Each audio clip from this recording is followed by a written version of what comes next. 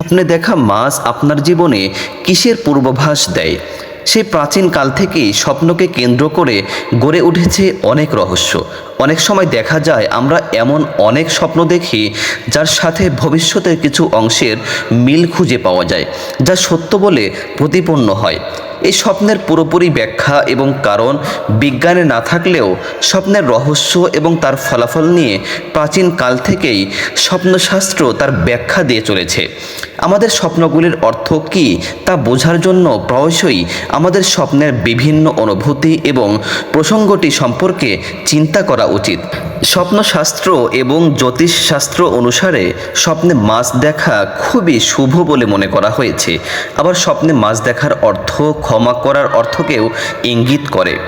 যার দ্বারা আপনি আঘাতপ্রাপ্ত হয়েছেন তাকে ক্ষমা করার ইঙ্গিত বহন করে।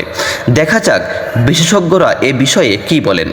কেউ নতুন সম্পর্ক স্থাপন করেছেন বা সদ্য বিয়ে করেছেন, তাহলে সম্পর্কে আরও উন্নতি হবে, ভালোবাসা বাড়বে এবং আপনার জীবনে নতুন অধ্যায় শুরু হতে চলেছে।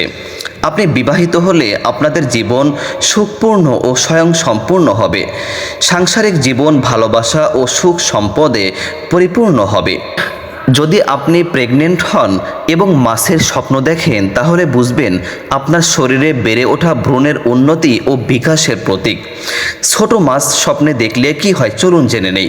স্বপ্নে অনেক ছোট মাছ দেখার অর্থ আটকে থাকা ছোট ছোট সমস্যা এবং বাধার সাথে সম্মুখীন হবেন এবং সেই সমস্যা থেকে বেরোনোর পথ ও পেয়ে যাবেন। মাছ খেতে দেখলে কি হয়? স্বপ্নে মাছ খেতে দেখলে শুভ সংকেত বলে ধরা হয়েছে। শরীর স্বাস্থ্যের উন্নতি হবে।